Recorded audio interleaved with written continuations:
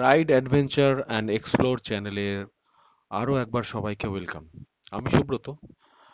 আজকের ট্রিপ হচ্ছে সবুজ দ্বীপ, অর্থাৎ হুগলি সবুজ দ্বীপ। যাচ্ছি আমিও আমার খুড়তুতো ভাই। স্টার্ট করেছিলাম আমাদের হোম টাউন নবদ্বীপের খুবই কাছ থেকে।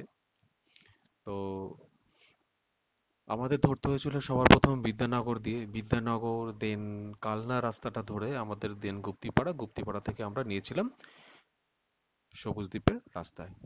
নান্দাই ব্রিজ, বিখ্যাত নান্দাই ব্রিজ, আশেপাশে খুব সুন্দর দৃশ্য। এনিওয়ে আমরা বেরিয়েছিলাম যে একটা শীতের সকালে প্রাকৃতিক সৌন্দর্য উপভোগ করতে। দিনটা ছিল খুবই আহ কুয়াশাচ্ছন্ন খানিকটা, তবে রোদ ঝলমলেও বটে। রাস্তাঘাট খুব সুন্দর ছিল। গুপ্তিপাড়া পর্যন্ত রাস্তাঘাট, যেহেতু এটা হাই রোড, খুব সুন্দর ছিল। রাস্তায় খুব একটা তেমন জ্যামও ছিল না, আমরা খুব ভালোভাবেই গুপ্তিপাড়া পর্যন্ত যেতে পেরেছিলাম। অ্যাকচুয়ালি সবুজ দ্বীপ যেতে গেলে যেটা মেন রাস্তা, সেটা হচ্ছে আপনাদের বলাগড় দিয়ে ঢুকতে হয়। বলাগড় হয়ে যেতে হয়, সেখান দিয়েই মেন রাস্তা, তারপরে গঙ্গা পার হয়ে আসতে হয়। কিন্তু গুগল এ সার্চ করে আমরা যেটা পেলাম, গুপ্তিপাড়াতেও একটা শর্ট রাস্তা আমরা পেলাম। আমরা যেহেতু গুপ্তিপাড়া আমাদের কাছে, তো আমরা ওই রাস্তাটাই ধরলাম, এটাই আমাদের কাছে। তো প্রাকৃতিক সৌন্দর্য উপভোগ করতে করতে চওড়া রাস্তা দিয়ে আমরা পৌঁছে গেলাম গুপ্তিপাড়া দিয়ে। আহ গুপ্তিপাড়া ঘাট পর্যন্ত আমরা পৌঁছলাম। তো গুপ্তিপাড়া যেতে গিয়ে আমাদের আপাতত কোনো অসুবিধা হয়নি, সুন্দর রাস্তা ছিল। আর এই সকাল সকাল শীতের সকালে আমরা হালকা রোদ সঙ্গে কুয়াশা গায়ে মেখে নিয়ে এগোতে থাকলাম। সঙ্গে ছিল আমাদের শখের পক্ষীরাজ, আমাদের বাইক।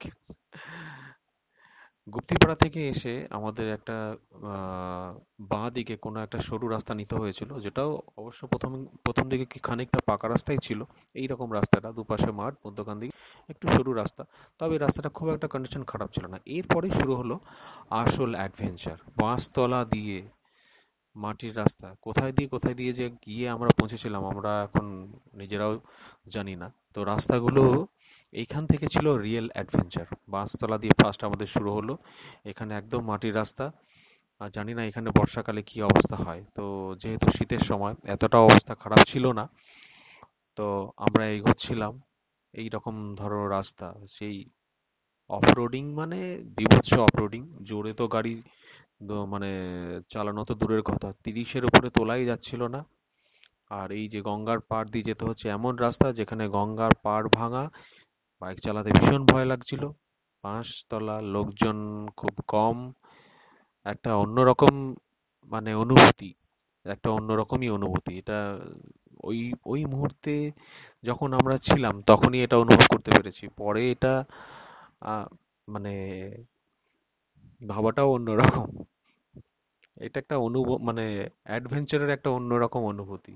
এই যে আশেপাশে দেখছিলাম যে খেজুর গাছ কেটেছে রসের জন্য। তো এইরকম সরু রাস্তা দিয়ে যখন আমরা যাচ্ছিলাম, তো জনপ্রাণী খুবই কম, মাঝে মাঝে খুব রেয়ার মানুষের দেখা পাচ্ছিলাম। যাকে দেখছিলাম সবাইকেই জিজ্ঞেস করছিলাম, এটাই কি সবুজ দ্বীপ যাওয়ার আসল রাস্তা? কিন্তু সবাই মোটামুটি আমাদেরকে হ্যাঁই বলেছিল যে এটা ধরে যাও, যেতে পারবে। এবং গুগলের যে ম্যাপটা আমরা ফলো করছিলাম, সেটাও আমাদেরকে এটাই বলছিল যে এটা সোজা গেলে আমরা শেষ পর্যন্ত সবুজ দ্বীপ পর্যন্ত এগোতে পারবো। তো যতই আমরা এগোচ্ছিলাম তত আমাদের সন্দেহ বাড়ছিল গুগল ম্যাপের উপরে এবং এই রাস্তাঘাটের অবস্থা। কেন রাস্তাঘাট এই রকম একটা সবুজ দ্বীপের মতো জায়গা, যদিও খুব একটা জনপ্রিয় জায়গা খুব একটা নয়, এটা এটা একটা অফবিট জায়গা যেখানে নেচার আছে, পিকনিক করার জন্য ভালো জায়গা। শীতকালে সবাই ঘুরতে যায় যারা নেচার পছন্দ করে। তো আমরাও পছন্দ করি নেচার, তো প্রাকৃতিক সৌন্দর্য দেখার জন্য আমরাও এগোচ্ছিলাম। তো এনিওয়ে, তো এইরকম হলো রাস্তা। গঙ্গার পাড়, বন জঙ্গলে ঘেরা, ঘন জঙ্গল ঝোপঝাড়, আশেপাশে মানুষজন খুবই কম। আর মাঝে মাঝেই বাঁক রাস্তা হারিয়ে ফেলছিলাম, আন্দাজ করে এগোতে হচ্ছে কোন দিকে। সেই ঝোপঝাড়, তারপরে আবার কলা বাগানের একটা, কলা গাছের একটা বড় বাগান, এই কলা বাগান দিয়ে বেরিয়ে এসে আমরা আবার গঙ্গার পাশে পৌঁছাচ্ছি। তো এরকমই হচ্ছে, একবার জঙ্গল, জঙ্গল থেকে গঙ্গার পাড়, আবার জঙ্গলে ঢুকছি, আবার বেরোচ্ছি, আবার এগোচ্ছি। এইভাবেই রাস্তা। রাস্তা তো প্রপারলি বলা যায় না, একটা ক্ষীণ রেখা আছে যেখান দিয়ে মানুষজন হয়তো খুব কম চলাফেরা করে, অথবা যারা এখানে, যাদের হয়তো জমি টমি আছে চাষের জন্য, যারা যায়, তারাই হয়তো এই রাস্তাটা ব্যবহার করে। আমরাও সেই রাস্তাই ধরে এগোচ্ছি, এই রাস্তার ক্ষীণ রেখাটা ধরে। তো আশেপাশে জঙ্গল এমনই ঘন, তো মাঝে মাঝে ভাবছিলাম যদি কোনো জন্তু জানোয়ার হট করে সামনে এসে পড়ে, ভয় লাগছিল। কিচ্ছু করার উপায় নেই, কিচ্ছু করার উপায় নেই। তাও মাঝে মাঝে যখন একজন দুজনের মানুষের দেখা পাচ্ছিলাম, যেন একটুখানি স্বস্তি পাচ্ছিলাম। এইভাবেই এগোচ্ছিলাম সবুজ দ্বীপ। একটা অন্যরকম অনুভূতি। শীতের সকাল, সকাল গড়িয়ে তখন দুপুর দিকে চলছিল, মোটামুটি 11টা, সাড়ে 11টা এরকম হবে। তো আমরা তাও এগোচ্ছিলাম। রাস্তা ওই রকমই, দুধারে ঝোপঝাড়, বাঁশবাগান, মাঝে মাঝে উঁকি দিচ্ছে গঙ্গা নদী। তো আমরা গঙ্গা নদীর এগোচ্ছি আর গঙ্গা নদীর দিকে ফলো রাখছি, কখন নিশ্চয়ই দ্বীপ, যেহেতু কোনো একটা দ্বীপ হবে, সবুজ দ্বীপ।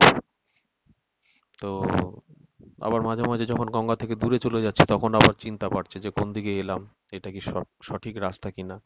লোকজনও সময় সময় মাঝে মাঝে একদমই কম দেখা যাচ্ছিল, তখনও একটা অন্যরকম অনুভূতি, একদম অন্যরকম অনুভূতি। আর যার জন্য এই অনুভূতিটা এতটাই ওখানে ভালো লেগেছিল। তো এইভাবেই আমরা শেষমেশ এক সময় গিয়ে পৌঁছেছিলাম সবুজ দ্বীপে। পাশে ঘন জঙ্গল, ঝোপঝাড়, বাঁশবাগানের তলা দিয়ে এগোচ্ছি। এই রকম এগোতে এগোতে আমরা দেখলাম, দেখুন বাঁ পাশে একটা যে ওই গঙ্গা নদীটা একটু সরু হয়ে এসেছে এবং পাশে আইল্যান্ডের মতো একটা, এখানে আমাদের একটা আন্দাজ হলো যে হয়তো বাঁ পাশে এই আইল্যান্ডটাই হতে পারে সবুজ দ্বীপ, এরকম একটা আন্দাজ করছিলাম।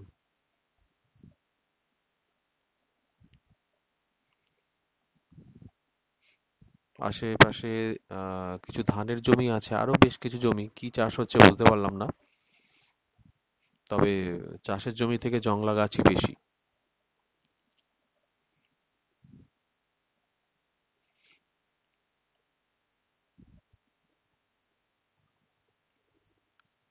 রাস্তাগুলো একদম তেমন, খুব গাড়ি ঘোড়া চলে বোধহয় এরকম বলা যাবে না।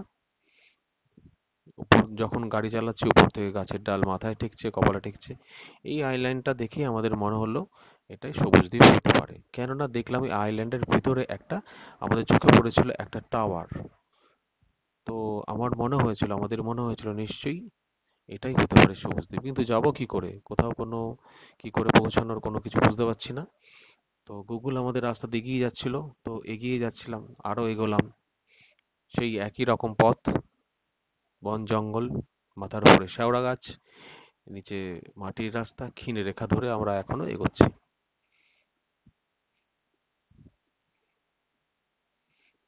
মনে হয় না এই রাস্তা দিয়ে কোনো ট্রাভেলাররা এখানে কেউ কখনো আসে বোধহয়। এখানকার যারা লোকাল, হয়তো যাদের এখানে আশেপাশে চাষের জমি বা যাদের জমি জমা আছে, তারাই হয়তো একমাত্র এখানে আসে, অন্য কেউ আসে বলে এখানে একদমই মনে হচ্ছে না।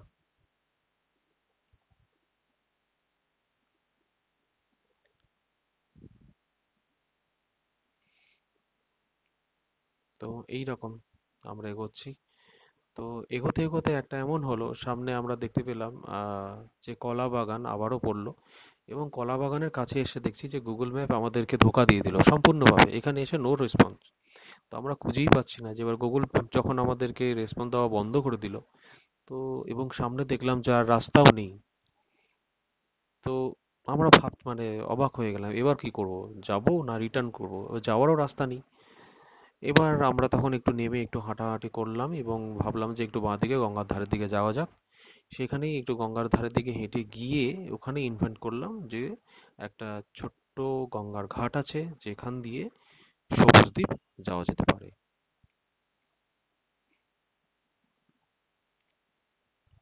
এইখানেই হলো সেই অবশেষে পৌঁছানো গেল সবুজদ্বীপে। আমার এখন মনে হচ্ছে যে আশেপাশে এত বন জঙ্গল আর এত সবুজ গাছপালা, এই কারণেই হয়তো দ্বীপটার নাম সবুজদ্বীপ দেওয়া হয়েছে। জানি না কে দিয়েছে দ্বীপটার নাম। সত্যি করে যারা নেচার পছন্দ করে তাদের জন্য একটা অনবদ্য জায়গা। যাই হোক, ছোট্ট নৌকো করে আমরা সবুজদ্বীপে চলে এলাম। সবুজদ্বীপের এইরকম আর কি, প্রথমে বেশ কিছু রকমারি দোকান বসেছে। একটা ওয়াচ টাওয়ার আছে, আমরা ওয়াচ টাওয়ারটা ঘুরলাম। ভিতরে গেস্ট হাউস আছে যেখানে ওরা মানে গভর্নমেন্ট থেকে জায়গাটাকে সুন্দর করে সাজিয়ে গুছিয়ে রেখেছে, এবং সেখানে সেটা পুরো পাঁচিলের ভেতরে, যেখানে আমরা যেতে পারলাম না। ওখানে যেতে গেলে বুকিং করে আসতে হবে। ইভেন যাদের ওখানে অ্যাকোমোডেশন যারা নেয় তাদের খাওয়া থাকা এভরিথিং সুবিধা আছে, সেখানেই তারা যেতে পারে। যেহেতু আমাদের তেমন কোনো বুকিং ছিল না, আমরা বাইরেই করলাম। তবে বাইরেও ছোটখাটো রকমারি দোকান, রেস্টুরেন্ট এগুলো ছিল যেগুলো ডাইরেক্ট থেকে আমরা খাবার খেয়েছি, এবং আমরা এখানে আশেপাশে পুরো বাউন্ডারিটা ঘুরতে পেরেছি। ওয়াচ টাওয়ার ছিল যেখান থেকে আমরা উঠে ওখানে দেখলাম। ওয়াচ টাওয়ার থেকে মোটামুটি দ্বীপটাকে দেখা গেল। এই রকম হচ্ছে। তো আরেকটা ওয়াচ টাওয়ার দেখলাম যেটা ওদের গেস্ট হাউসের ভিতরে, গেস্ট হাউসের যে ক্যাম্পাস আছে তার ভিতরে আরেকটা গেস্ট হাউস আছে, সেটা একটু বড়। আমার মনে হয় যাদের বুকিং আছে তারা ওটা দেখতে পারবে। অনেকক্ষণ সময় এখানে কাটালাম, গঙ্গা দেখলাম, নৌকো করে একটু ঘুরলাম। এই হলো আমাদের সবুজদ্বীপ। সত্যি খুব সুন্দর জায়গা। এখানে সুন্দর সময় কাটানোর মতো, নিরিবিলিতে খুব ভালো সময় কাটানোর একটা অনবদ্য জায়গা। চারিদিকে গঙ্গা, ভাগীরথী গঙ্গা। তো আবার সেই ছোট্ট নৌকো করে আমরা ফিরলাম। যাই হোক, ভিডিওটা ভালো লাগলে লাইক, শেয়ার এবং কমেন্ট করতে পারো। আর চাইলে চ্যানেলটাকে সাবস্ক্রাইবও করতে পারো। সবাইকে অনেক অনেক ধন্যবাদ। সবাই অনেক ভালো থেকো। নমস্কার।